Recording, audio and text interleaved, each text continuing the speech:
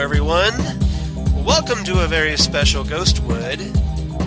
I'm Charles Skaggs, as you might know, and with me, as always, is Zan Sprouse. I am Zan Sprouse. Hello, everyone. Hello, everyone. Charles. Hello, everyone, and welcome once again to Ghostwood. As I slip into sort of a lame British accent. A lame British accent. Yes. This is the proper full afternoon tea version of... As I tried to do David Frost. Or something to that effect. So, yes. So does that mean I'm Nixon in this scenario? No. Let's be Nixon? No, because I'm not going to interview you and totally dissect you in front of national television. That's good. So that's not good. And I am nowhere near interesting enough for that. Oh, yes, you are. Oh, yes. Apparently you are, because of you, we now have 10 new followers on our Facebook page. Fantastic. See, every time you mention it, we get a bunch of new followers, so that's awesome when you do everybody. that. So, yeah, thanks, everybody, while I'm thinking about it. So, let me explain what the impetus for that was. Yeah, please do. My friend Lauren, who I know from childhood as Lori, but she's an adult now, so she goes by Lauren. Yeah, got to be more sophisticated. Met Michael Horse. Oh, Deputy Hawk. Deputy Chief Hawk. Yes. Deputy Chief Hawk. Gotta remember he got promoted. So she got to meet Michael Horse, and so I wrote something on the comment on her photo, and she said that she was thinking of me about that, and I said, well, then, now that there are no more episodes, you should listen to my podcast. And she's like, you have a podcast? So, and then a couple. It's like, thanks for following my feed.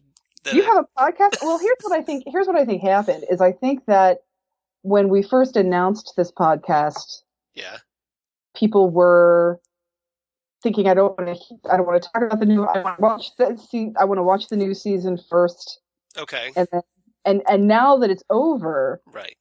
I think we're all just give me something, Twin Peaks, just anything. Right. Now the withdrawal is setting in. Yes, you give them that little taste, and they want to keep going. Yes. You can fill your Twin Peaks void. Right. So what I've realized, though, is that apparently I have to watch myself because so many of our listeners are friends of yours. So I can never upset you, ever, because I would be in so much trouble. So otherwise you would just be insulting me the entire time? Is that what you're saying? Well, no, of course not. Of course not. Have I ever insulted you? If I have, I apologize in advance. Not that I can recall, no. Okay. I cannot recall. I don't really, believe it or not, I don't go out of my way to insult you. That's good. That's a good way to live your life. I'm kind of weird like that. I don't know why, but yeah. I don't know. I'm just weirdly polite and nice person. Yeah, exactly. So go figure. All right. So of course we're going to talk about The Return Part 18. Mm-hmm. The final episode of The Return, at last. It's taken us a few more weeks to get there than after the original airing. But actually, I think that's kind of good because it's given us some time to reflect upon it a little bit. I think we needed a few weeks to process what we had seen. That too, yeah. I don't know about everybody else out there in podcast land, but this one is... Yeah. If we thought David Lynch left us hanging in 1991... Right. We had no idea. No. We had this is David Lynch's way of saying... You don't have a clue, right? What being left hanging means by that. If you thought you were frustrated before, well, strap in, kids, because we're going for a ride. I am almost too confused to be frustrated at this point. Let's see what we can do about that. We'll see. Well, yes, there's certainly, Sheriff, we do have a lot to talk about. So. Yes, we do. There's certainly plenty going on. And we've already talked about Judy, but, we're not going to entirely leave her out of this one, I don't think. No, I don't think so either. So, so we're going to talk about that. Might as well dive right in. Probably going to have to go chronologically on this one as well because so much is going on. At least until the driving scenes where nothing is going on. Where nothing's going on, yes. Yes. So, but we'll talk about that. So we open up the final episode, or is it, ... question mark, Mm-hmm. with Doppelganger Cooper in Black Lodge, in the Black Lodge, in the Red Room, the waiting room, burning with fire. Fire! He's just sitting in one of the black chairs. Yeah. On fire, and he's completely still. He's just burning. Yeah. It's like the Burning Man, only the Twin Peaks version. Only the Twin Peaks version, and nowhere near as many unicycles or crazy hats. Yeah, or people that don't bathe. Burning Man's 4 days out in the desert, Yeah. It's a little rough, but it's a little gamey by the end of it. So yeah, we have Mr. C. Flambe. So it almost had this feel to me of that the Black Lodge is saying, okay, you sit there and you think about what you did. It's the timeout. Right. It's the timeout little right. Instead of a little cartoon. He's grounded. He's grounded. Instead of a little cartoon cloud with rain over it following him everywhere, he's like got his own little hell that follows him around wherever he goes.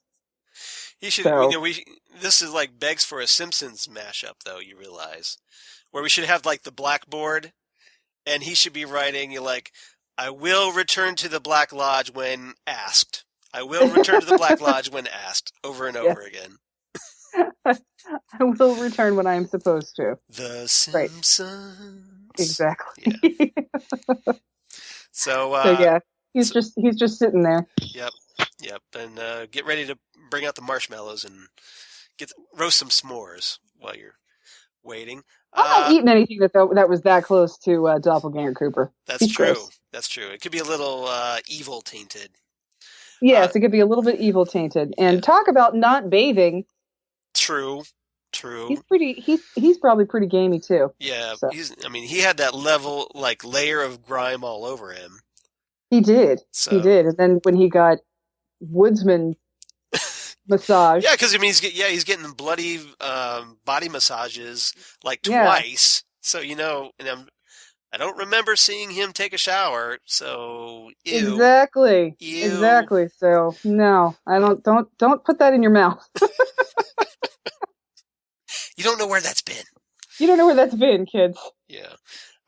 So we see Mike, the one-armed spirit entity, placing the seed on a chair with Cooper's lock of hair. Remember that little tidbit? Little lock of hair, and he gives it couple little pinches. Yeah, and it's kind of cool because it sounds like when you have headphones to plug into a headphone jack on your stereo, and it's very loose connection, and you hear that bzz bzz because it's not in all the way. Right, or when that sound when you're plugging your guitar into your amplifier that's already all the way up. Yeah, that little buzz. So yeah, and then of course he says the magic words, electricity. That's what does it. And the seed catches fire, and lo and behold, we got ourselves another Cooper Tulpa. We have a new Dougie. Yes, we have a new Dougie who gets sent back home with Janie E. and Sonny Jim. So we cut back to that red door. Remember, he said he was going to walk through that red door and then be home for good? Be home for good. Yep. So new Dougie shows up. Still dressed as Cooper, interestingly enough. And in that black suit. True. He's not wearing that lime green, that Garmonbozia colored nightmare. Yeah, he's not wearing the lime green. He's not wearing the and he doesn't have goldenrod. He doesn't have the mullet hair going. Doesn't have the mullet hair, and he's the Dougie that everyone has come to know and love and respect. Right. So this is the official version of Dougie 2.0, I think. Yeah, this is the Dougie upgrade. Dougie upgrade. And of course, Dougie was never really one for lengthy speeches. So what does he say when he walks in the door and gets hugged? Home. So there you go. So yes, it does make a little more sense that no one is all that surprised that Dougie is not particularly verbose. Right. Once he comes back. But they still seem to like him, and he still seemed to be able to do his job and get done what he needed done and be Exactly. a dad. So So now he can just shuffle along in the office and get stuck in elevators once again. hopefully this Dougie remembers how to pee. Let's hope. That is my Yeah. Fingers crossed on that one. yeah, that's my hope But here. we do get at least a resolution to that storyline. Yes, and that makes me happy that Janie E and Yeah. So Sonny Jim. so they get their happy ending, which is nice. They have Dougie. They have $100 and some $1,000. Sonny Jim has like the best playground set ever.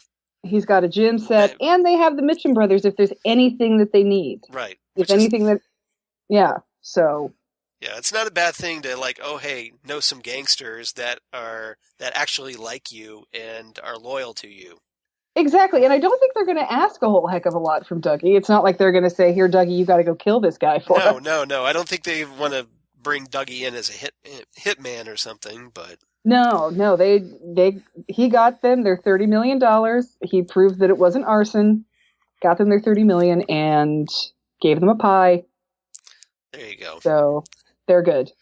That could be one hell of a spin-off series, though. Oh, the Mitchum brothers.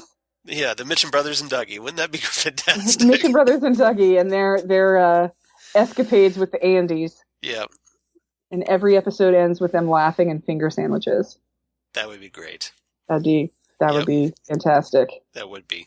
All right, so we go back to Cooper. We kind of get a little bit of a recap from the previous episode, where we had Cooper leading Laura through the forest, where we hear that bug sound. Yeah. And, listen for the sounds. And we see her screaming like she did in part 2, and then poof, she's gone. Poof. Yes. So then we pick up in the Red Room again. Not quite sure the chain of events here, because Mike is talking with Cooper all of a sudden, and he's asking him again, is it future or is it past? And is this from this is episode 2, I think. Yes. Episode 2 or 3. Yeah, it is. So we're going back and forth. I think it's 2 because 3 was when he was in space. 3 was in space, that's correct. Yeah. But, we kind of get a retelling of those events that we've already seen. Mike leads Cooper through the curtains to see the arm, and here's what's weird, though. Yeah. Before he does that, we look over at the chairs. Yeah. But Laura doesn't come to talk to him. Right. So there's no discussion about arms bending back or anything like that. So is this replaying itself only without her because she was taken out of the Black Lodge? That's the thing I don't understand, because we still see her scream and get ripped out, but he's not having that same conversation with her. Or are we seeing this new timeline? Because we know that there's a new timeline now.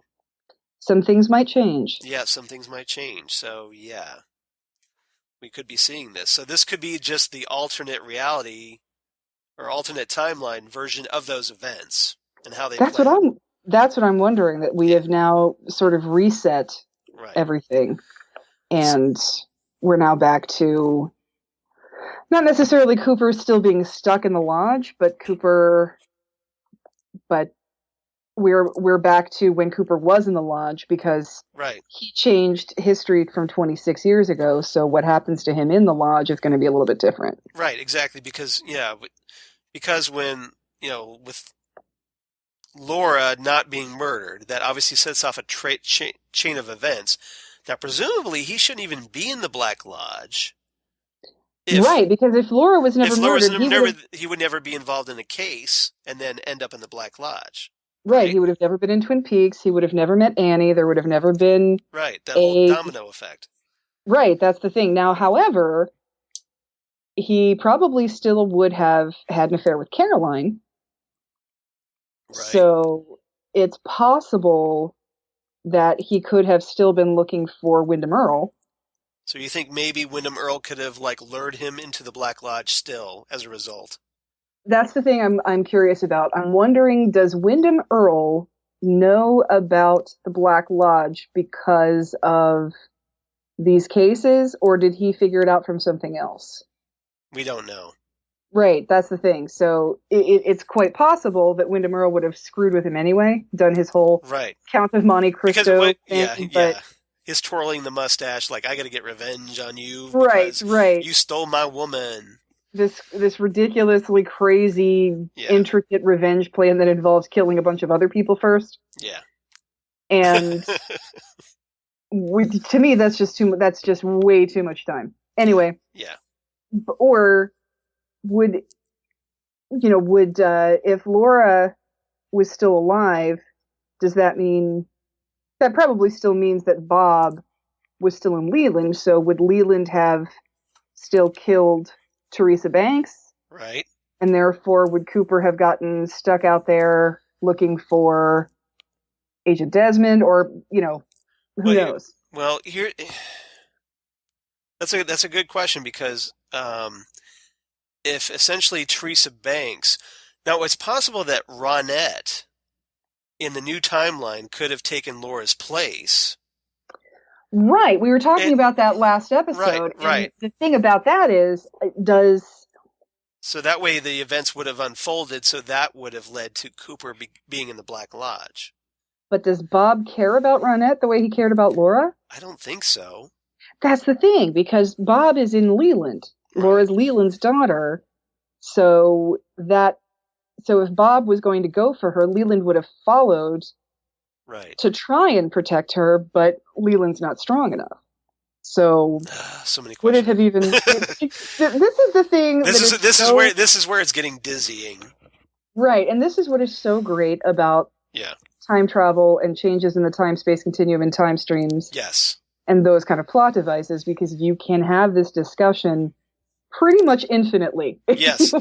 Well, yeah, because things like end up going back on themselves, and you could just take this and because time has ripples, and I know this because obviously being a Doctor Who fan and a big time travel buff. So time has ripples. So it affects so many different things in so many different ways. So if you change one thing, it goes right down the timeline, and then this would be affected, this would be affected, and it could just become this whole big what if discussion. Right, and it's the Stephen Hawking theory of infinite universes and infinite possibilities. And the multiverse, yes. Right. And then of course you have the butterfly theory, and which is the butterfly one of my favorite Ray Bradbury Simpsons quotes, where Homer goes back in time and he says, "Okay, remember the advice your father gave you on your wedding night?" And that advice is, if you ever go back in time, don't step on anything. Yeah. Who does that? Yeah. How is that even? Who said that? There was a great Doctor Who quote about that recently, this past year, where you had the 12th Doctor and Bill, and they go back to Victorian era England, and she's all worried because of time traveling. She's like, what happens if I step on a butterfly? And the Doctor's like, well, don't step on any butterflies. What if butterflies done to you? Which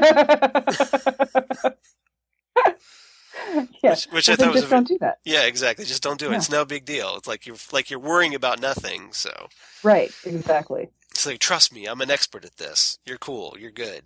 I've been doing this for a while. Yeah, it's gonna be okay. Yeah, exactly. We wouldn't have a show otherwise. So. Right, for the last 50 years. Yeah. And time travel can also be like a wish that you make through a genie. Yes.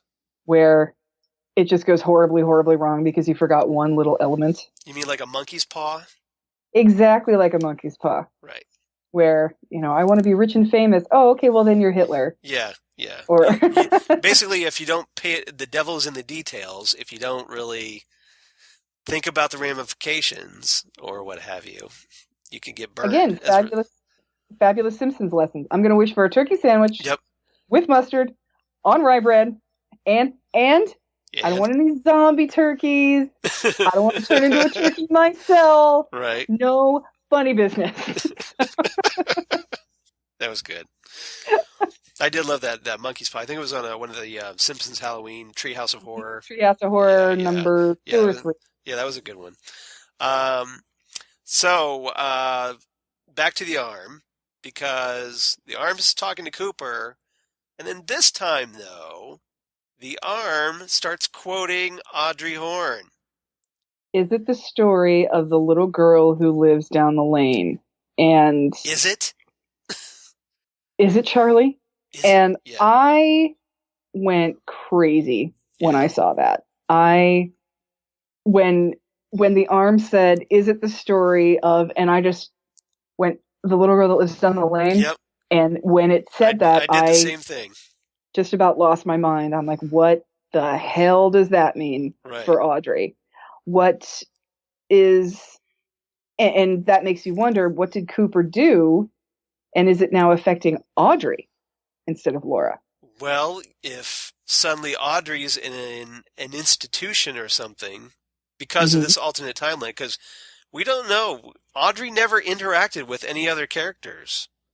No, just Charlie. Just Charlie, who could have been a manifestation or her therapist or whomever. Right. So we don't know. I mean, yeah, she was in the Roadhouse, but it wasn't like she interacted with any of the regular cast. It's not as though we saw anyone from the Roadhouse speak to her. And like I said, even when they ordered martinis. Yep.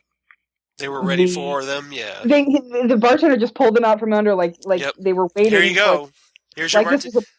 This was a bad play. And it wasn't one of the Renaults tending bar. It was someone we'd never seen before. Right. So it was probably just some sort of residual memory for Audrey of the Roadhouse. So is Audrey in the institution because Cooper mucked with the timeline? Something's going on, and I don't feel like I have enough information to feel comfortable about what it is. We need another season badly. Otherwise we're just going to do this forever. Yep. Well, hey, I'm happy to do. Hey, it keeps the podcast going, right? Yeah, I'm seriously happy to do. Yep. All right. So that happened. We see Laura whispering into Cooper's ear again, and see him gasping at what he hears. We still don't know what she says here. It looked as though what he said to her this time was a little more shocking than what she'd said in the past. Right, he does gasp a little bit more, although he did gasp in part 2. But here I think he does it a little bit more. You hear more of an audible gasp. Right. He seems much more surprised. Right. So then she screams again and vanishes, just like she did in part 2. Mm-hmm. And then Cooper goes through the motions. He ends up meeting Leland Palmer again. Yes. Who again tells him to find Laura. Right. I'm kind of let down we didn't get to see more of Ray Wise. That more Ray Wise is always a good thing. Yeah. That's true.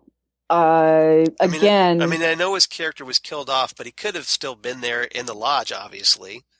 That hasn't necessarily stopped anybody. No. So. Yeah, especially Sheryl Lee, as we'll talk about. Yes, definitely. All right. And there's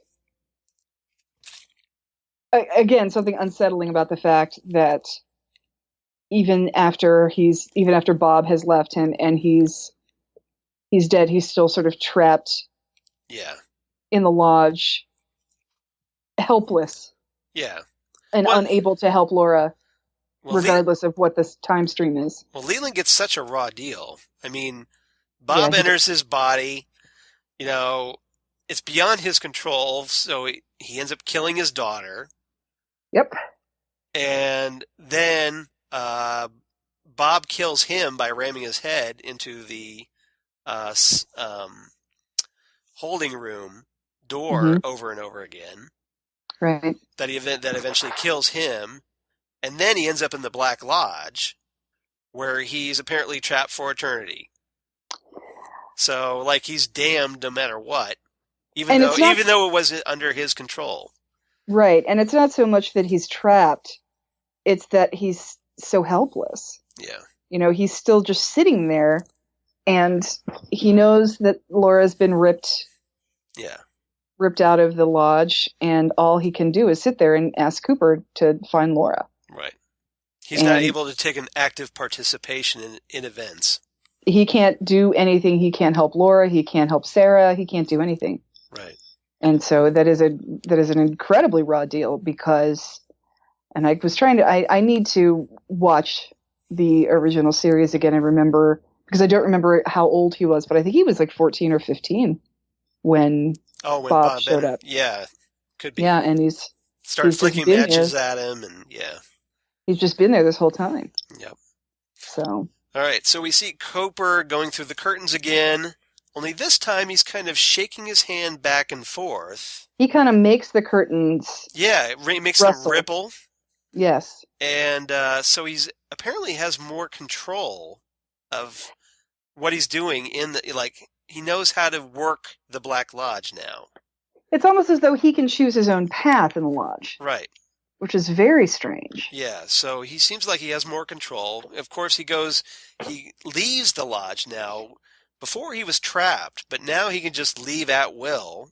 Right, he can just leave, and it looks like he goes right into the woods. Yeah, right in Glastonbury Grove. Where we've seen before that the curtains can just appear certain times of... Right. When there's like a certain astrological alignment. Yes. Yeah. So he leaves there. Diane is waiting for him. Yes, Diane is there, and this is red-haired Diane. This is red-haired Diane, and they exchange, is it really you? Yes, it's really me. Is it really you? Yeah. So they're both kind of like not sure if the other is real or not. Right. And I can't say I blame them. No, not really. After what they've been through. Yeah, exactly.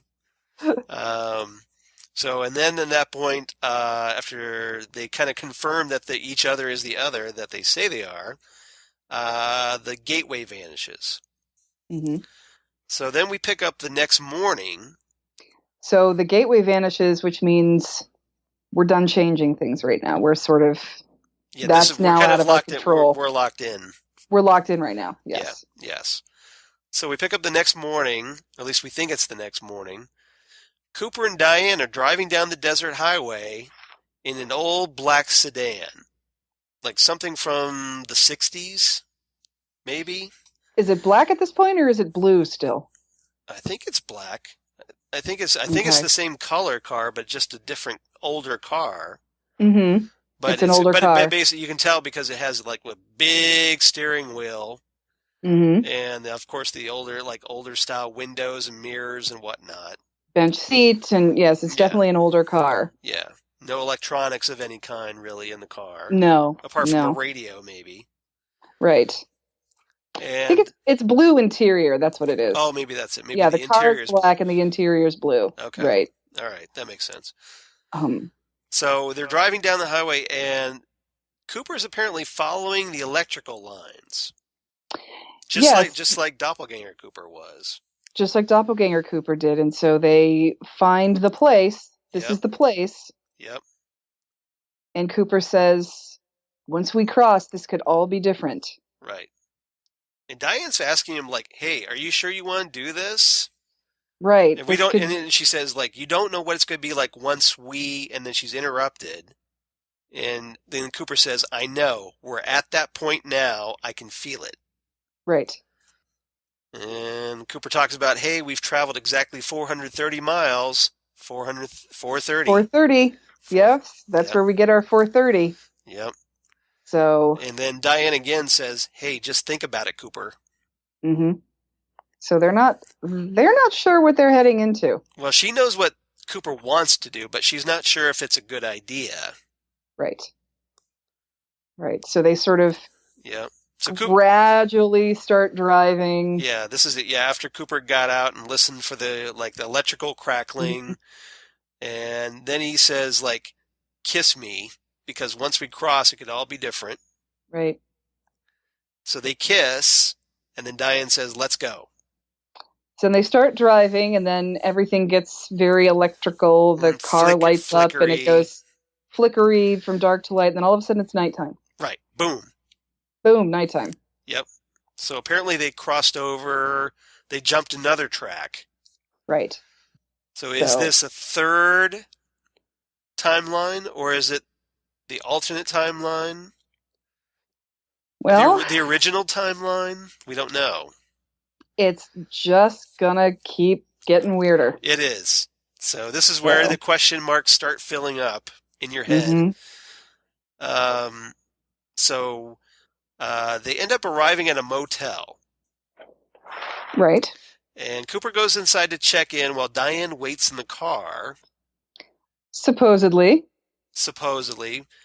But then Diane's kind of looking around, and then all of a sudden she sees herself step into view. Right, from over by where the office. Yeah, there's like an awning. There's like an awning or something, and then she steps out behind that.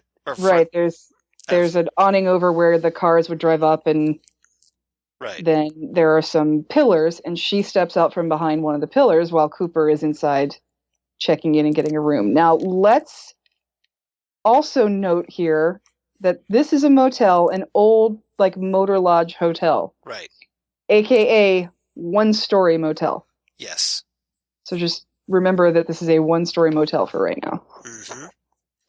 And so we're not sure. Okay, so is it Diane from the future? Diane from the past? Is it a tulpa? We don't know.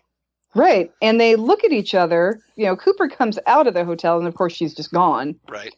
And Diane gives her this look, Diane in the car, who is the Diane we've had up until now, gives her this look, gives up behind the pillar Diane this look of, what are you doing here? Right. You shouldn't be here or something. Right. Why are you here too? And when Cooper comes out and other Diane is gone, I'm curious as to, is she gone, or did they switch places, or did they merge together? Yeah, we don't know We don't know. We don't know if there was a switch, like you said. Mm-hmm. So, we don't know what happened here. No, we do not. And we're never going to know, are we? No, we're never going to know. That is true. We're never going to know. All right. So let those theories fly. Cooper comes out, waits by the door by room 7. Mm-hmm.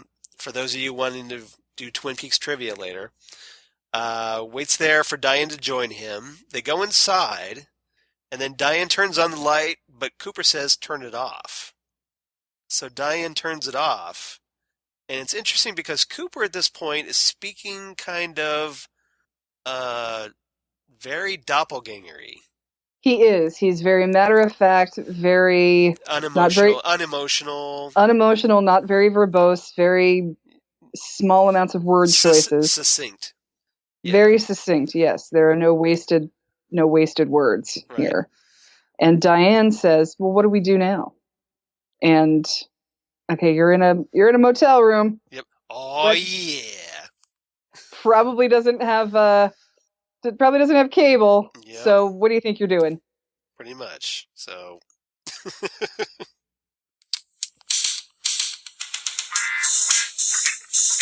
Yep. Nope. Maybe not so much, but hey. He gives you something for the Twin Peaks /fic. So there you go. Oh, geez, Louise. Yeah. So here's something interesting. Yes. Music starts to play. Yeah, a very familiar song, isn't it? Yeah, it's my Prayer by the Platters, which we heard in episode 8. Right. Of course the exact scene where that woodsman comes by and kills all the people at the radio station. Right. That's the song that's playing when he's killing everyone before he takes the microphone. Yeah. So and very interesting musical choice here. And says this is the water and this is the well, drink long and descend statement. So, yes, that is the same song. And just sort of a bit of real world trivia about this. This is a body double. Yeah. It is of Laura Dern. Laura Dern. We see a body double in Cooper's face, or we see a close-up of Laura Dern. Right. And it's very clever editing. Let's just put it that way. It's very clever editing, which is great because how many of you out there would want to do an on-camera sex scene with your ex-boyfriend? Raise your hand. Slightly awkward.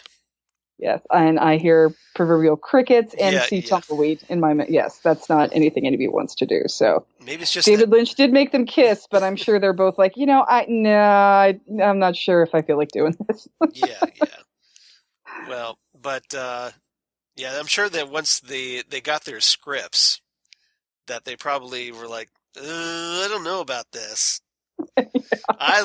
David, I love you, but right.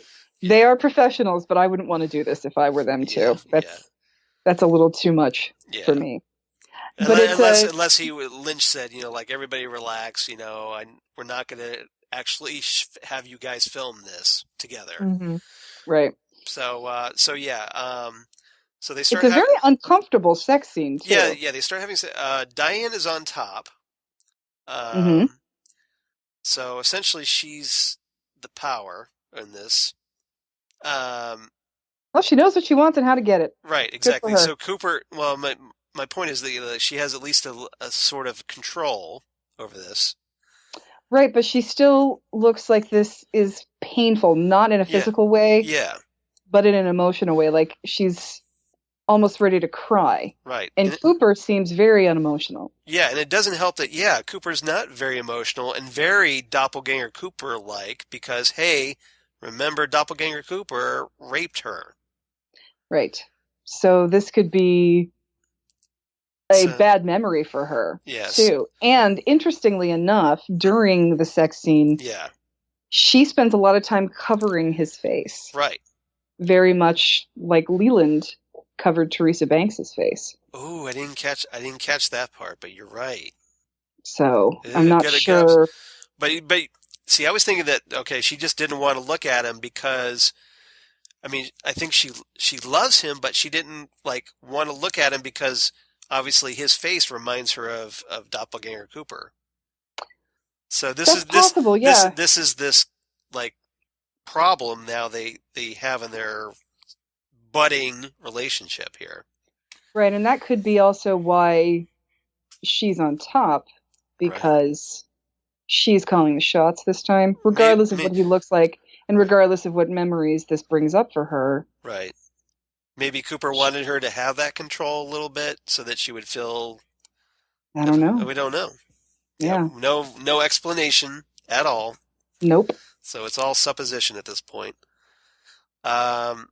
Cooper wakes up the next morning, gets the Dear Richard letter. Yeah. This was interesting because we finally get our Richard and Linda. Yeah, Diane's gone. She's nowhere to be found. Diane's gone. If this was in fact Diane. Right. Because we don't know. And if this is in fact Cooper. Yeah, exactly. If this is in fact Cooper, that's a good point. So the note reads, Dear Richard, when you read this, I'll be gone. Please don't try to find me. I don't recognize you anymore. Yeah. Whatever it was we had together is over. Linda. So Richard and Linda. And so... What the hell? Yeah, exactly. So we're just trying to process this. And you're like, okay, so is Cooper or is it Cooper Linda? And is Diane, or is Cooper, Richard? And is Diane Linda? What is it? Or are we in a different time stream? Right. And Cooper just happens to still be in bed in the same place. Right. That the hotel he and Diane checked into had been. But now he's just in a different room. I don't know, though, because it's the same furniture, so... Or was that letter already there, and they just not notice it, and then Cooper finally picks it up and goes, oh, thinking it's for him. Oh, yeah, I don't think the letter was there, though. No, I don't think so either. Yeah, that's a good question. So yeah. Okay. So all right. Everybody got that? Yeah. Everybody following this so far? Yeah. Okay. Please explain it to us. Mm-hmm. So Cooper walks outside after getting dressed. How many stories is the hotel he's in? More than one. Let's just Yeah, put it that 2 way. stories. Yeah, 2 stories and like freaking palm trees. Like, where the hell is he? Yeah, so apparently he's in a completely different hotel now than the one he slept in. The car, which was originally parked outside room 7, is no longer there. It's off, like farther down in the parking It's off lot. to the side. It's way down Yeah. somewhere else. And, oh, hey, the car is not the Different same car. car. It's a more modern version of that car. It's like a Lincoln or something like that. Yeah. It's like a sedan. I mean, it's a black sedan, but yeah, it's like something from, hey, the 2000s at least. Mm-hmm. And Exactly. So. And Cooper apparently doesn't think anything of this, really. He's not like, Yeah, how does he know to get in that car? right. I mean, Like, how does he know? Presumably he has the keys to that car because he can. Yeah. Yeah, seriously. He starts it up. So apparently it's his car, but he doesn't notice the change. Like the change happened around him. Right. So he's caught up in it, and as far as he's concerned, it's normal. Mm-hmm. So yeah, he's so we found very out very unfazed by this. Yeah, so he's driving down the road after leaving the motel. He drives by a local diner called Judy's Coffee Shop. Yep. So we are going to talk about Judy again. We're going to talk about Judy. And there is a waitress there named Christy. She's getting hassled. Yeah, but Christy, interestingly enough, she's played by Clint Eastwood's daughter, Francesca. Oh, yeah, that's right. I forgot about that. Yep. So a little another trivia bit for you there. Mm-hmm. Yeah, Cooper asks Christy, walks right in and says, "Is there another waitress that works here?"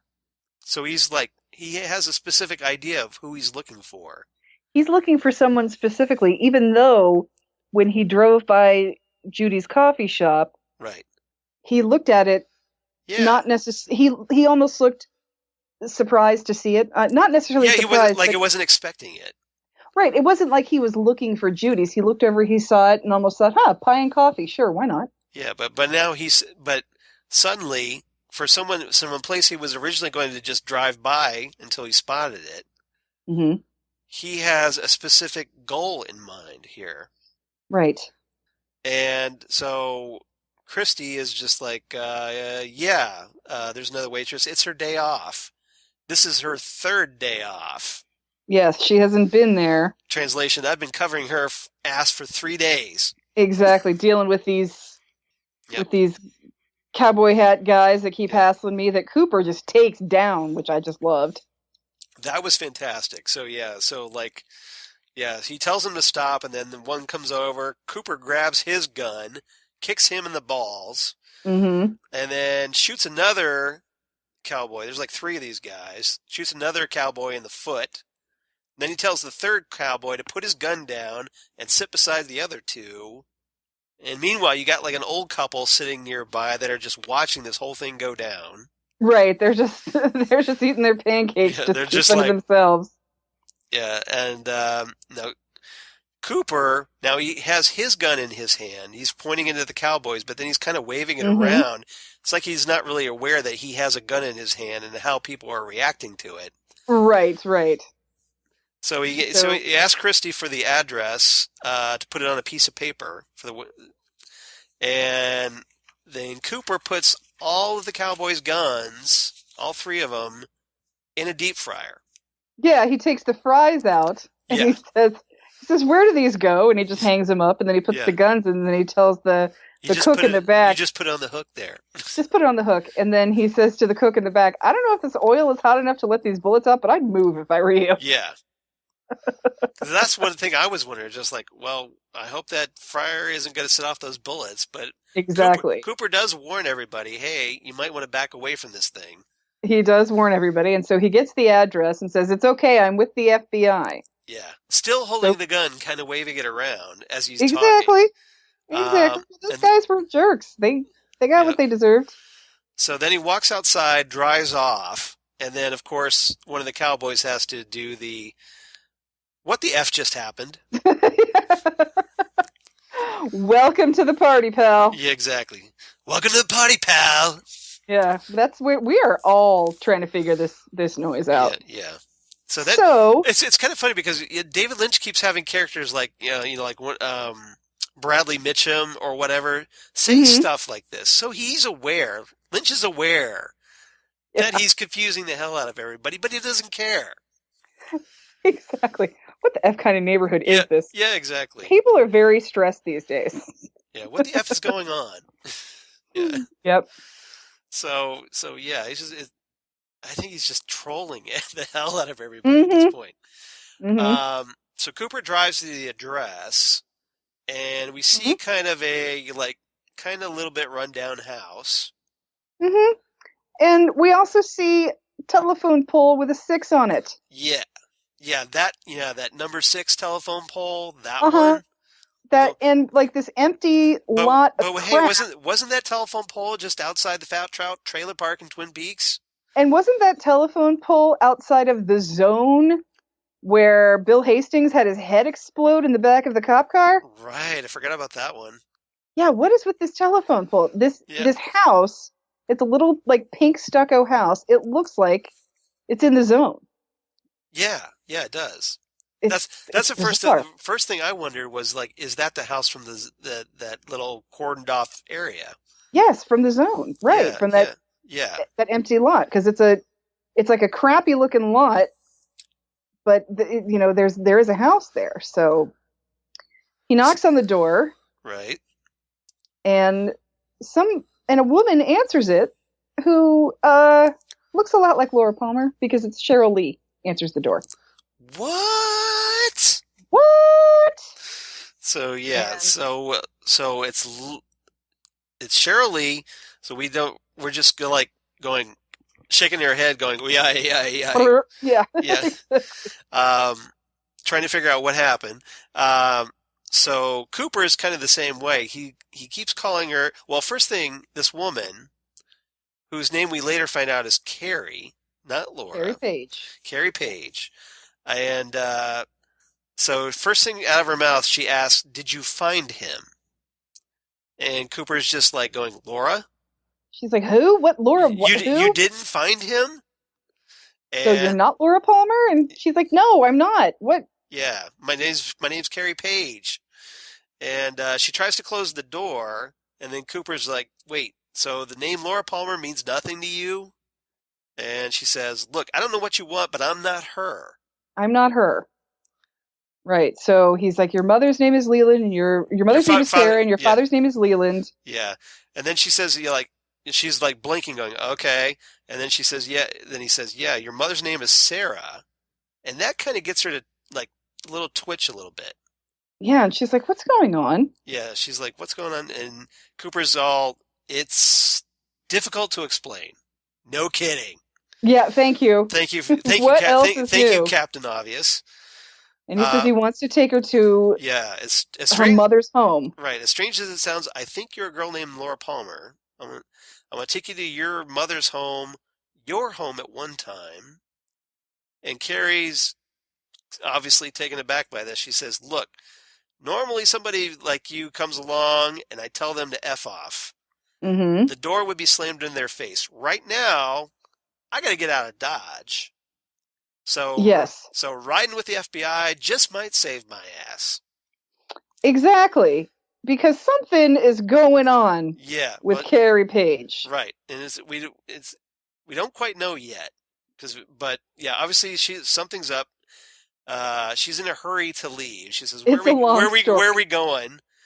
And then Cooper has to explain, it's Twin Peaks, Washington. She's like, DC? No, DC? State. No, state. Yeah. Is it a long way away? It's a ways away. It's a ways away because they are in Texas. Yeah. Yeah. Turns out, all this, they're in Odessa, Texas, of all places. They're in Odessa, Texas. Right. So Carrie is just like, "Okay, let me get my things. Come on in." Cooper's like, "Okay." So he goes in her house, And she's like, "Give me a minute." Then, after she leaves the room, Cooper looks over. There's a guy in a chair nearby. Who's been shot in the head. Yeah. He's like only dead with a bullet wound in his forehead. Mm-hmm. And she's oddly unconcerned about letting the FBI in her house with this guy there. Yeah. And he looks, he's got his hands are sort of floating. I mean, he's got rigor mortis at this point. He's been there for a while. Yeah, we don't know how long he's been dead, but apparently it's been a while. Mm-hmm. So Cooper then looks over to the mantel, and he sees a small white horse. And it's kind of like there on the mantelpiece, and then behind it is like a black circular plate. It's like a blue plate, yeah. I think it's black. I think it's supposed to contrast the white and the black. Like kind of like the chevron pattern, maybe? Yeah, that's true. Yeah, I thought it was blue, though. I think it's black. Maybe adjust my set. So Carrie's phone's ringing at this point. She completely ignores the ringing. Right. And she says, "Well, do I need a coat?" Cooper's like, "No, take a coat if you got one." Yeah, it's Washington. Yes, you need a coat. Yeah. I've got a couple. I'll grab one. Yeah. Okay. And then she says, "Look, I don't have any food here." Cooper's like, "Okay, I'll get you food on the way." Mm-hmm. Then this excites her. She's like, "All right, let's go." All right, let's go. She's sort of looking in the house at the phone as they leave. Like, I don't know who that is, but it can't be good. I'm getting the hell out of here. So it's kind of funny to see Sheryl Lee doing this like completely brand new character. Yes, that is fun. It was pretty funny. I'm sure she probably had a ball with it. Carrie keeps ignoring the phone, and they just leave with the dead guy still there, not doing. With the dead guy still there, just nothing. Yeah, it's like Cooper, and Cooper seems completely unfazed by this. She's like, "Okay, I guess we're just not going to talk about this dead guy in the chair." Right, like I said, she seems oddly unconcerned about letting the FBI in with the dead guy. Yeah. Is it maybe because this is a dream? Who knows? Yeah, who knows? Who knows? All right, so they take off driving. So this is the first of our little driving trips. We got a long way to go. Yeah, we do. On the way, Carrie finally asks Cooper if he's really an FBI agent. So he flashes his badge and says, "Yeah." Mm-hmm. And Carrie says, "At least we're getting out of this effing town, Odessa." Yep. Then we cut to nighttime. So presumably we're just time jumping here because it's such a long trip. From Texas to Washington State, go figure. Carrie sees headlights from a car behind them, and then she's like, starts to get a little paranoid. She's like, "Is someone following us?" Right. So maybe this has to do something with the dead guy, presumably. She's worried about. Yeah, that's the thing. Or that whoever, because we don't quite know if she shot the dead guy. Right. Or if he was shot in her house and now shit's going down that she's a part of. But she did talk about like, "Hey, I need to, like, I'm in deep trouble." Right. Because maybe riding with the FBI might save my ass. Mm-hmm. So, right. So the car turns off eventually onto another highway. Then Carrie starts kind of like mumbling stuff. She says, "I try to keep a clean house, keep everything organized. In those days, I was too young to know better." We have no idea what she's talking about. So is she talking about Laura? Her life as Laura, maybe? Maybe that she, she's trying to... She did try to keep that facade. She sure did, yeah. Of the wholesome homecoming queen and perfect daughter. And right. And underneath there is that dark secrets that she... The dark secret underbelly that is... Yeah, Laura Palmer. Yep. Yeah, they stop at a Valero gas station. Mm-hmm. Then they eventually cross a bridge, and everybody's thanking God at this point because, hey, they arrive in Twin Peaks at last. They arrive in Twin Peaks. Now, that's almost a 2,000-mile drive. Right. that they fit in the car. Yeah. Only on one tank of gas. That's pretty good gas mileage. That's pretty good. I'm not quite sure what this car is, but thank you, David Lynch, for not making us watch this entire drive. Yeah. But yeah, Odessa, Texas to I have the Seattle. feeling that if David Lynch could, he would show us the entire drive. He would show us that. Yeah, Odessa, Texas to Seattle is almost 2,000 miles. Right. So it's not just right around the corner. No, it's quite a long drive. Yes. Yeah. All right. So Cooper drives by the Double R. We see that it's because it's late. It's closed. Right. Little metaphor there for the show, perhaps. Or another. There's nothing to see. There's nothing to. There's nothing to give anything away. We can't see who's in there. Right. We can't see who's working there. There weren't any cars in the parking lot. It was completely empty. There's no cars. This is very like a ghost town. Right. Well, in Twin Peaks, Yeah, it's not like it's the old expression rolls up the sidewalks at 10 p.m. Right. So, we're not terribly surprised. Well, they do have a population of 51,000. That's true, but I don't think there's much nightlife other than the Roadhouse. Yeah, remember, everybody's at the Roadhouse. Anything else, you go north of the border to One-Eye Jack's if you want your gambling and your drinks and your ladies for the evening. But right. So there's not a lot going on. And this is not something you necessarily notice the first time around, but what's going on, not to get too ahead of myself, is that there's nothing to give anything away here. Yeah. That's the thing. Well, it's Lynch. He's setting up this another mystery right at the end. Right. So Cooper asks Carrie if she recognizes anything as they start driving by houses in They're driving through town a very familiar neighborhood. Yes. And then when the car stops, and then Cooper asks if she recognizes that house over there. Laura's house. Yeah, and it's the Palmer house. Carrie says no. So they get out of the car. Cooper takes Carrie by the hand, leads her up. Kind of like he did in Ghostwood Forest.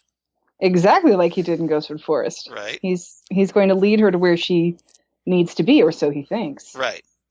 Yeah, so they knock on the front door, and a woman, instead of Sarah Palmer, a woman with long blonde hair, who we found out later is Mary Reber, the actual owner of the house. Yes, she's the actual owner of the house. I looked her up on IMDb, and the night that this finale aired, and my mind was just mashed potatoes at that point. So I looked her up to see who she was, and nothing came up. Nothing came up. There's absolutely nothing. I'm like, okay, what the hell? Does this person even exist? And then, so I Googled her, and I found an article that was written a couple years ago from when they first started filming. Right. That, hey, filming's about to start in this neighborhood, and you might hear screaming, but it's okay.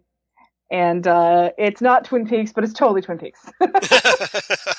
So, yes, Mary Reber is the actual owner of the Palmer house. Yeah, so apparently David Lynch asked her to be a part of this, and she said, of course, duh. Of course. Why wouldn't you? Apparently their guest room is Laura's bedroom. Right. And they have it made up to look like Laura's bedroom as much as possible. Yeah. Including a crouching mannequin at the foot of the bed that's dressed up to look like Bob. Which would just horrify you. They said that a lot of friends have refused to stay in that room. Yeah, I would have peed myself if I saw that. You would have been like leaving skid marks as you run out of the house. Exactly. As much as I would love to know that they're home. Yeah. Because I think, for no other reason than I think that's awesome that they kept the room that way. Well, these are obviously. Hey, it's one hell of a conversation piece. Yeah, these are obviously people I would enjoy in real life because of their commitment to the bit. Yeah. But there is no way I could handle that. Yeah. So he knocks on the door, and while they're on the porch, Laura's sort of, Carrie. We should sort of looking around, like kind of she's starting to get a little freaked. She's a little jittery. Let's just put it that way. Yeah, And she's starting to get a little she's freaked. trying to figure out what Cooper's doing, I think. Yeah. And Cooper is kind of like, okay, this is not going according to plan, guys. Mm-hmm. So yeah, he introduces himself as FBI Special Agent Dale Cooper, flashes the badge again. So we get a lot of him. It's like 3 times he's flashed this badge in this episode. Mm-hmm. He says, "Is Sarah Palmer here?" And the woman is like, "Who? Sarah Palmer?" Nope, nobody here by that name. Right. And do you know Sarah Palmer? Nope. Is this your house? Do you own this house? Or do you rent it? Or do you rent this house? Yeah, and she says, yes, we own this house. And who did you buy it from? The woman, go ahead. She leans behind the door, so there's obviously somebody else there. Right. She leans behind the door to talk to someone, obviously, probably a spouse or a partner or something, and basically says, what was the name of the people we bought this house? Yeah. When did we buy this house? Or now we don't know who exactly she's talking to. No, we do not see who she's talking. We never see who she's talking to. It's implied that it's her husband, but we don't know for sure. Right. We have no idea. Yeah. So either like she's being told what to say, or we don't know. And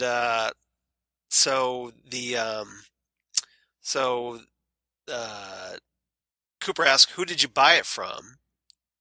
And again, she has to confer with the door. Right. And then finally she says, Chalfont. Chalfont. And dun dun dun. If you wanted to see my eyeballs pop out of my brain, yep, right onto the coffee table, this is about as close as you were ever going to get. Yeah. Yep. And I was like, oh, what? Yep. So yeah, this is alarm. Like if you've watched everything, especially Firewalk with me, the alarm bells are going off at this point. So she says, a Mrs. Chalfont, and Cooper asks, "Do you know who she bought it from?" And then the woman says, "No, I don't." But she asks her husband, or whomever, honey, do you know who owned it? Yeah. Yeah. We think it's a husband because it's a male voice. Right. So. And then we don't know. Right. So Cooper asks, and this is the big question, what is your name? And if you thought you were surprised by Chalfont. Yes. So you had no idea how surprised you were going to be here. Her name is Alice Tremont.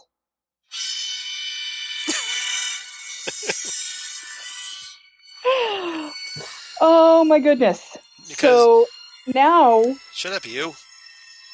All right, go away, Neo. There we go. So is that? So remember, yeah, but there was 2 Chalfonts. Weird, huh? Weird, huh? Yeah. So that's the thing. So, and part of me is wondering, like, is that actually a husband, or is that a grandson behind the door that she's? See, and that's what I was wondering. It's like, okay, is this woman that Cooper is speaking to? Is that actually the grandmother that we saw in Fire Walk with Me and on the show original series? Now in a different form. And was the person, was she talking to her grandson? Right.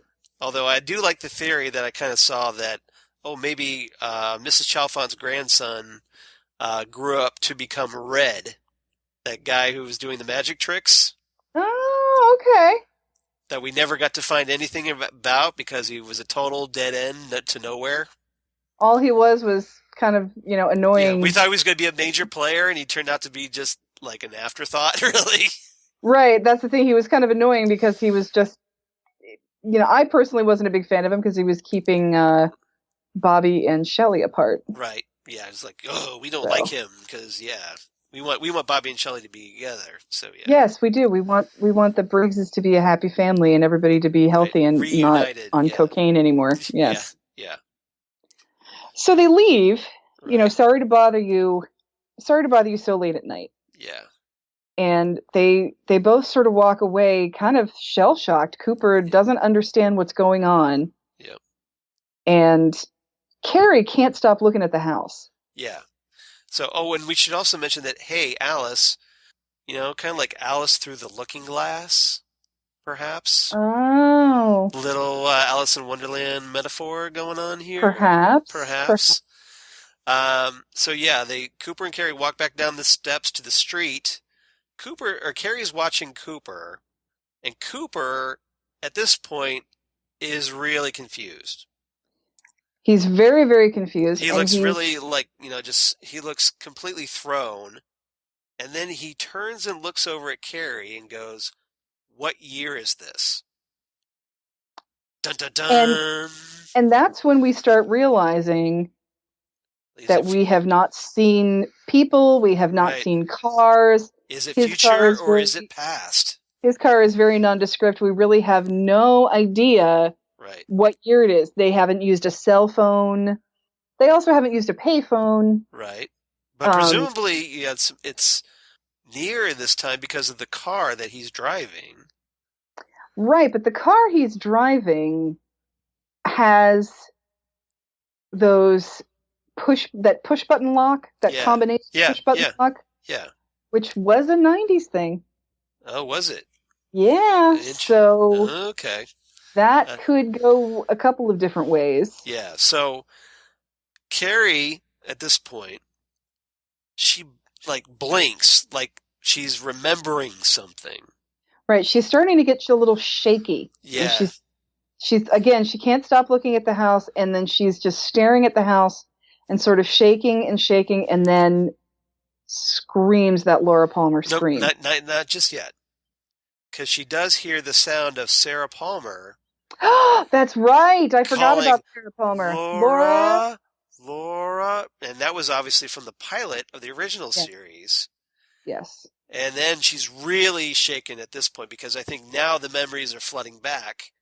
Right. And that then, presumably now that she remembers she's Laura again, looks at the house and unloads with another Sheryl Lee patented blood-curdling scream.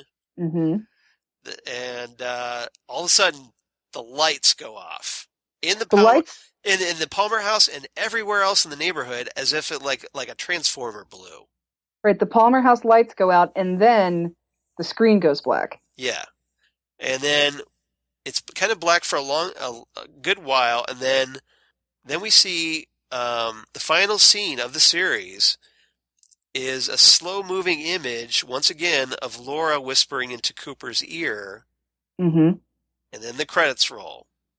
And then it's followed by a silent version of the Lynch Frost Productions. Yes! I forgot about that. It was a silent ending. It was silent. And then and then that's it. The end. Or is it ... question mark. The end. Yeah. It is Boom. Quite the crazy. Yeah. That was something else. So we have Laura another filled cliffhanger. With secrets. Mm-hmm. Another cliffhanger. They did it again. And it's not just a cliffhanger. This is ridiculous. We didn't even know this cliff existed until we were hanging off of it. Right. This is just total, like the original cliffhanger from the original series where Cooper looks in the mirror and sees himself as Bob. We were just angry because we're like, no, this can't happen. This can't happen to our hero. Mm-hmm. And then that's obviously that anger lasted 25 years because yes, it did. We wouldn't let it go. We get the new series, and then now we have this, and now we're like, wait, you can't leave it here. She just found out she's Laura again. What? Cooper doesn't know what year it is. We don't know where we are. We have no idea what's going on, and this is, like I said last week, we've got all these unanswered questions. So yeah, we got all the worms back in the can, and then we opened a case of worms. Right. And we have no idea what's going on. What happened to Diane? Right. Who is Richard? Who got shot in Carrie's house? And has Carrie been... We have another mystery, essentially. Right. Is Carrie a Laura Tulpa to try and hide Laura? Right. And if so, where's Laura? If so, where's Laura? Because She's been ripped out of the lodge. Right. We don't know where she went. We don't know where she went. Yeah. I mean, what the... And how did Cooper know where to find her? Seriously. How did he know when he walked into Judy's coffee shop to ask for another waitress? And... Now, I could throw it, now that I'm thinking about it, maybe that's what Laura whispered into his ear? Possibly, but why did he... Like, this is how you find me? Maybe. But again, he did just look so...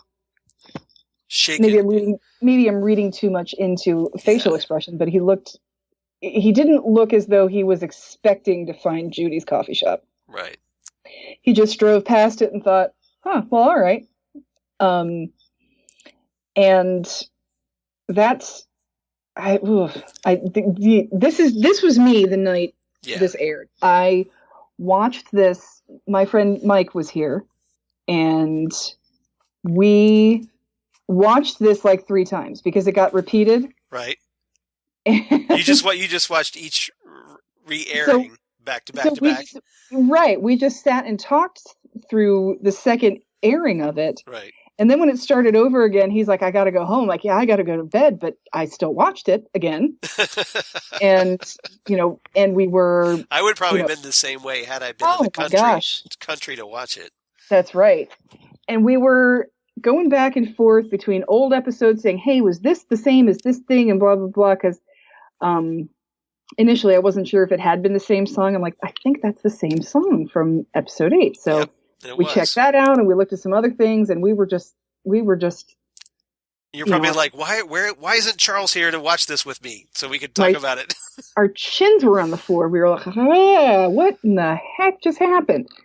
So the more I start thinking about it, the more I just think you gotta let this go. Yeah. Because there's nothing that, like I've said about David Lynch, a lot of times with David Lynch, all you're supposed to do is remember something for later.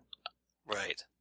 And, that's where Chalfont and Mrs. Tremont came in. Yep. This was another, like, him drawing from the past to tell this final story, at least this final chapter. Right. And now it just seems readily apparent that Lynch loves for the mystery to continue. Mm-hmm. He doesn't want it to end. He doesn't want it to end. And if he's going to wrap things up, he wants to start another mystery. Like he's like, okay, maybe if I get back to it, I can talk about this. Yeah. And if I don't, no big deal. We'll just leave it hanging. We'll do what we do. Right. Everybody else is just going crazy, going, you got to deal with this. We have all lost our collective minds watching this. Again. Because, oh my God, what happened? It happened again. I knew he was going to do it to us again. I knew he was going to do it to us again. I had no idea the scope. Yeah. Well, crazy. You could have never seen this coming. Well, right? No, absolutely not. Who could have predicted this? I can't. Not this is beyond anything I would have expected. And if you say, okay, yeah, I totally saw this coming, you're a complete lying. You're lying out of your ass because there's no way you could have seen this coming. No, absolutely not. I don't care how of an astute Twin Peaks viewer you are. There's no way you could have seen this coming. This is all new stuff. I mean, you and I are both pros at this. At Twin Peaks, it's safe to say, I would think. Yeah, well, we certainly have the hours in. That's for sure. Exactly, we've invested. Yes, I like to think we're pretty good authorities on Twin Peaks. Mm-hmm. Neither of us saw this coming. And neither of us have any idea where this is going to go, if it's going to go anywhere. What the heck? Yeah. I mean, all I know is the final dossier is going to be very popular with Twin Peaks fans. Oh my goodness! Yes, I'm glad mine's pre-ordered, so I don't have to go looking for it. I'm hoping it'll be like the Secret History of Twin Peaks was, where they kind of released it about a day early over at Barnes & Noble, and I can snag it there. Fingers crossed. That's what I did. All right. So I got to jump on everybody because I went to the Barnes & Noble the day before. Nice. I went to the Amazon and Yep. did the pre-order to make sure that I got it. So Yeah. It might all depend on when they ship it. yeah, that's true. I mean, now regardless, when I do get it, I don't have to put on shoes or pants to find it. So There you go. that's always a plus in my book. Yeah. So yeah, but holy crap! Yeah. I mean, what?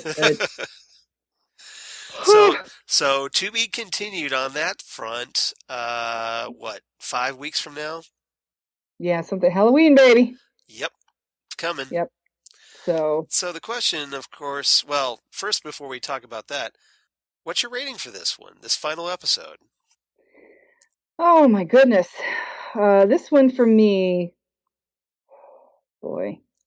See, I'm waffling. Yeah. I'm waffling between accepting Yeah. the fact that this was brilliant and letting go of how pissed off I am. I knocked off a point, but I'll tell you why later. I think I'm going to accept Yeah. my anger and confusion Okay. and the brilliance at the same time. Search your feelings. You know it be true. Search my feelings. And also, because part 17, I did give 9 out of 10. Yeah. Because of the lack of resolution for Audrey Horne. Right. Which was very upsetting to me. And this episode kind of, put some salt in that wound a little bit. Yeah. With the little girl who lives down the lane. Right. So, and let's come back to that after I give my rating. So this gets a 9 out of 10 deep fried gun. Deep fried gun. I was considering that one. But I'm glad I left that one go. We're in sync this last time on this. I give it 9 out of 10 darkened double R diners. Oh, that's a good one. It's very alliterative, isn't it? Yes. So yeah, darkened double R diners. Now I took off the point, like I said. I took it off for the driving scenes because we didn't. Yeah. It's kind of like it was just it was better than watching someone sweep the roadhouse with a broom, but not by much. Not by much. Not by much. Oh my God, the sweeping. Those scenes could have easily been chopped down by 5 minutes at least. We could have had 5 minutes of actual answering of questions. Well, I was watching or added mystery. Just something besides driving. Yeah. Yeah. And I was watching some of the earlier episodes again, just to sort of look for some things, and I realized that once you've been through it, yes, some of those scenes that seem to take forever, are a little less grating because you know where you end, right? So you're not as like, come on. So the sweeping is kind of funny, but it does get kind of old after a while. Aggravating. It does get a little aggravating and old, and then well, as far as I'm concerned, it can't be any worse than in the original series when you had that old man shuffling across the bank. Right? You know the one I'm talking about, where he goes over to Audrey, then shuffles on back. Yep. Yeah. So I was watching this scene where Dr. Jacoby is getting his first delivery of shovels. Yeah. And because I know what's going to happen there, that scene is just hilarious now. Right. Just now that you know that Dr. Jacoby is, just kind of out in the woods doing his YouTube video blog. Yeah, you know where it leads, so therefore where it leads, so it's hilarious. It's not as confusing, obviously, this time because you know where it's going to end up. Right, it's not as confusing, and you're not as impatient waiting for a resolution about this. And you just want to get to the Jerry Horn scenes. You just want to get to the Jerry Horn scenes. Yeah, exactly. You didn't think you would want that, but by God, you couldn't have too much Jerry Horn in this series. So, okay, back. Yes, do it. Do it. It's not working. Why is it not working? Come on. Why you no work? Oh, I see. That would be why. There we go. All right. Now that I've built up the suspense too much. We all know what it is. I think I'm high! So, okay, back to Audrey Horne Yeah, yeah, yeah. What was that? And the little girl who lives down the lane. Right. Who's dead? Who's dead and we don't know it?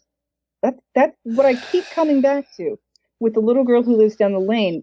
But at the same time, is the little girl who lives down the lane, again, going back to the... Yeah, we kind of talked about this before. Going back to the movie, not only is she living with her dead father and pretending that he's not dead so that no one comes and takes her away. Right. Her father has taken her to this isolated island community to hide her from her mother because her mother's crazy and abusive. So when it comes to that story, is it important that somebody has hidden someone or that somebody's dead and we don't know it? And maybe did Ben hide her?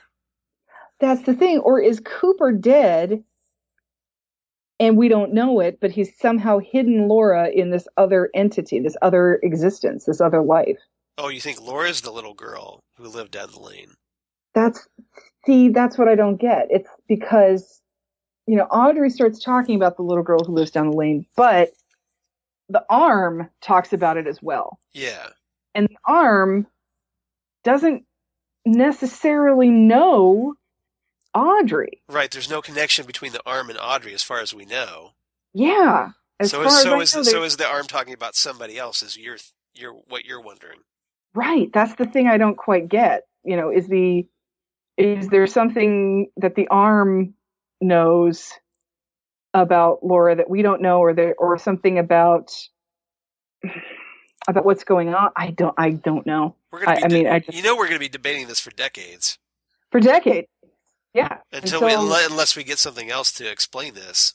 Unless the final dossier gives us something. Yeah, we don't even know what we're going to get out of that. We don't know what we're going to get from the final dossier. The final dossier could be something completely unrelated because it could be Tammy Preston again. Right. Who doesn't know any of this. So, remember she was in the Secret History of Twin Peaks. Tammy did receive the dossier, Major Briggs's dossier. Right, she received Major Briggs's dossier. So does she kind of take it up from there and finish it? Yeah, I have no idea how that's going to work. Or does Gordon write the final dossier? Good question. Because remember, Gordon's supposed to remember. That's right. Yes, Gordon is supposed to remember. So many questions. This is very... Well, I guess we're going to have to figure this out, all these answers out together. Presumably as we continue our Ghostwood journey. Yes, as we continue our Ghostwood journey. Absolutely. Because it sounds like we're going to have some things to talk about still. Yeah, there's a lot to speculate. There's a lot to talk about. And frankly, if there was so much from Fire Walk with Me, we're definitely going to need to talk about Fire Walk with Me some more. Right. Which we talked about, like, going through the Criterion edition. The Criterion release, yes. Yeah, so that would be a good excuse, I think, to go through that. And, but what else I feel like we should re-examine everything we know up to this point. well, here's what I was wondering. For next time on Ghostwood, that we did talk about that we wanted to review the soundtracks. Yes, we did. So do we want to listen to the sounds? We can listen to the sounds. Or do you want to do something else next time? Let's listen to the sounds. Okay. This might be a fresh break. Give us time to process a little bit more. Yeah, exactly. Give us a little bit of a break from just give our gerbils a rest. Yeah, exactly. The gerbils in our brains are, they're not just... The wheels coming off. And yeah. The wheels coming off, and they're just sitting in the corner crying, I think, at this point. No moss. Please. Yep. I can't handle any more Twin Peaks. Just give me some more cheese. All right, so why don't we do that then? All right, so next time we'll talk about the new Twin Peaks soundtrack and score albums. Yes. Let's talk about those. Let's talk about Because those. there's some damn good music and hot in the return. Yep. And I'm really looking forward to talking about this with you because I know what a music buff you are, a music aficionado. Music buff and soundtrack buff specifically too. So I'm really curious. I think you're going to bring a lot to the table, obviously. So definitely looking forward to that. So yeah, let's listen to the sounds. So that's what we're going to do next Listen time. to the sounds. And now we're probably, since we don't have a show to review anymore, are we going to drop back down to like a bi-weekly schedule, or how often do you want to carry this on? I think now that we don't have a weekly show, we can go back to a bi-weekly schedule. Okay. That way we have time to, read books and watch Criterion editions and that might open up the schedule a little bit better. Yes, I think so. All right, and then dig into the stuff a little deeper. Exactly. All right. Exactly. So how about I know we just picked up a whole bunch of new people, but how about we just pick up in a couple weeks with Ghostwood? And everybody come on back because we're going to listen to the sounds and get some nice music and kick back, and so we'll listen to the Platters as we talked about, or that the Chromatics, Johnny Jewel and all kinds of stuff. Obviously, the 9 Inch Nails. What and what? The 9 Inch Nails. The 9 Inch Nails, the definite article, you might say. Yep. So, and of course, the MC at the Roadhouse's favorite band, ZZ Top. So, yes, ZZ Top. Who, by the way, are coming to Columbus. Are they? Yes, they are. They're going to rock the palace down. I've never seen them live. I would love to. I haven't either, and I'm extremely tempted to go. Yeah. I think they're here when I'm not here or something like that. Of course. Yep. All right. So we'll pick back up in a couple weeks, guys. So, in the meantime, if you want to drop us a line, let us know what you thought of the finale, or at least you want to explain it to us, because God knows we need your help. Please, theories. Give us theories. Yeah, give us something here. Give us something to go on. Drop us a line at GhostwoodCast on the Twitter machine, or email us at ghostwoodpodcast@gmail.com. It's .com. And, or you could like us on our Facebook page, Ghostwood the Twin Peaks Podcast. And cheers again to everybody that's added us and liked us on Facebook. Thanks, everybody. Welcome, and hope you enjoy our little podcast here. Yes. So all of our new friends, they have like 21 episodes to catch up on. So you got some time. We're gonna give you a little couple week break here. So give you time to catch up. Just as we kind of before we start digging into other stuff, because we still have a lot to talk about, obviously. Sure, we got a lot to talk about. We can talk about Twin Peaks forever. And God knows we can, because, look how long we talked in this episode.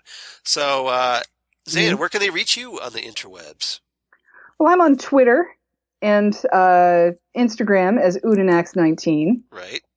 And I'm on Facebook as Zan Sprouse. Excellent. And if you want to come see me in person, I will be be hanging out with Chris Sprouse at that guy. Yeah, that guy at Comic Crossroads this weekend. But we might not. I don't think we're going to get released before that happens. So really, yeah, the odds are pretty slim. Yeah, yeah, that's this weekend. Well, hopefully you attended, so that Yes. I had to try and head over there just so I could see you in person, because I haven't seen you in a while. Yeah, and you haven't seen me in 18 episodes. That's true. Since the premiere, that's right. Exactly. Because somebody had to go to Scotland. I know, right? It was like this. I mean, if there was anything that could make me that is a total first world problem, isn't it? Total first world problem. And if there's anything that could make me not jealous about you going to Scotland, it's the fact that I got to watch the finale of Twin Peaks and you didn't. Yes, you did. You got to see it before me. So yes, so we both. You were kind enough to offer, though. You were willing to Skype it to me. I was willing to Skype it. Yeah, but I wanted to see it properly. I didn't want to see it over a little tiny phone and Yeah. Well, can't say I blame you. Yeah. So, especially something that big. So, Yeah, but, so exactly. I was patient and I waited. But Good for you. worth the wait, though. Okay, as for me, at Charles Skaggs on the Twitter machine and at Charles Skaggs on the Instagrams. Google Plus for all you crazy kids on the Google Plus. Facebook at Charles Skaggs. And, of course, my blog, Geeky Things. Where's it here?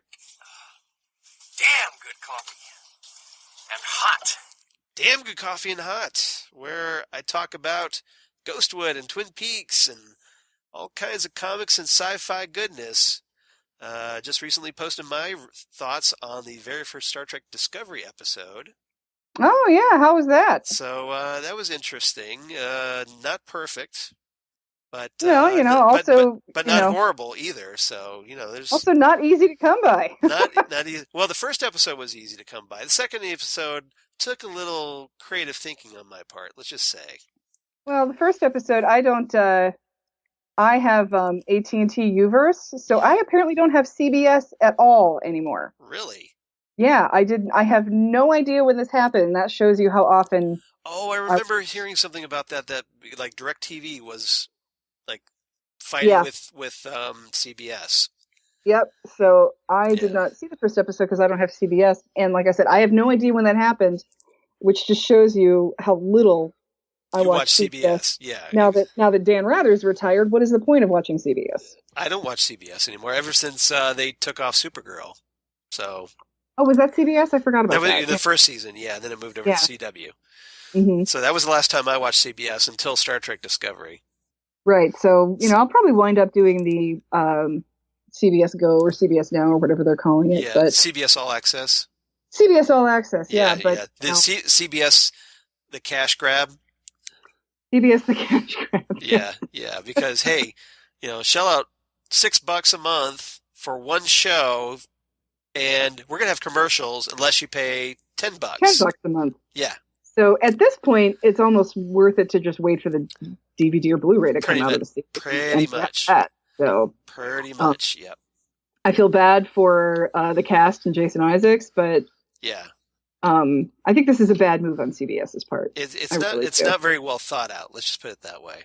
Yeah, all I'm thinking is, thank God CBS wasn't running Twin Peaks again. I know, right? Yeah. That was ABC. But yeah, thank God they didn't run Twin Peaks because I would have paid it. Well, I thought didn't CBS have the video rights, the home video rights? I think they did. Yeah, I think they did.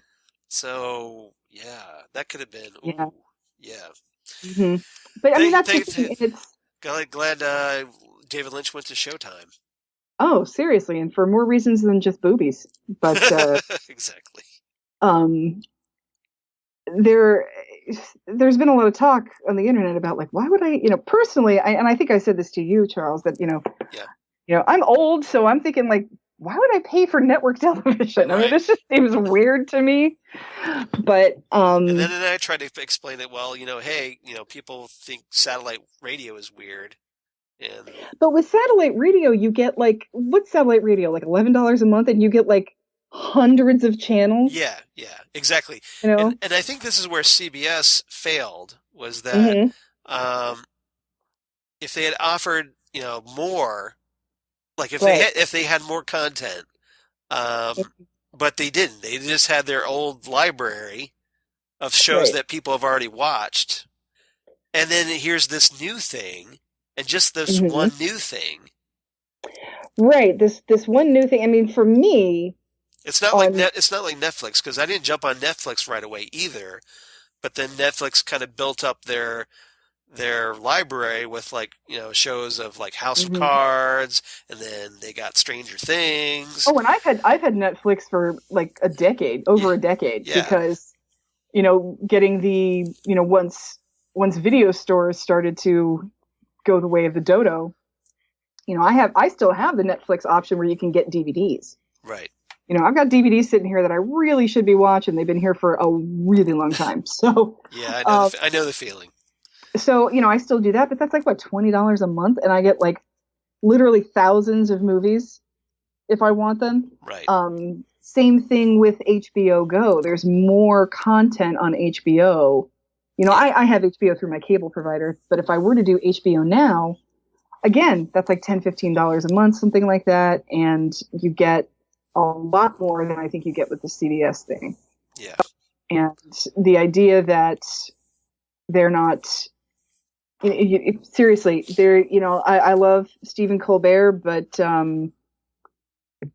there's no Letterman anymore. So, this is just a Star Trek thing for me. It's like, I'm not going to be watching Young Sheldon, for God's sake. No. No. No. Yeah, I'd boycott the Big Bang Theory on general principle alone. I have so many personal reasons for disliking the Big Bang Theory. Yep. It started out okay, but no, they burned their bridges with me pretty quickly. Yeah. So, all right. But yeah, that's a weird thing. I'm just glad that my cable provider carried Showtime. We'll just say that. Exactly. Yeah. All right. So again, we're gonna listen to some tunes next week or next time. Next time, 2 weeks. 2 weeks from now. Yeah. So 2 weeks. Come on back, and we'll be here, and we're gonna talk about the soundtrack and the scores that just came out. So go listen to those. Come on back, and we'll see you next time. Right here on Ghostwood, the Twin Peaks podcast.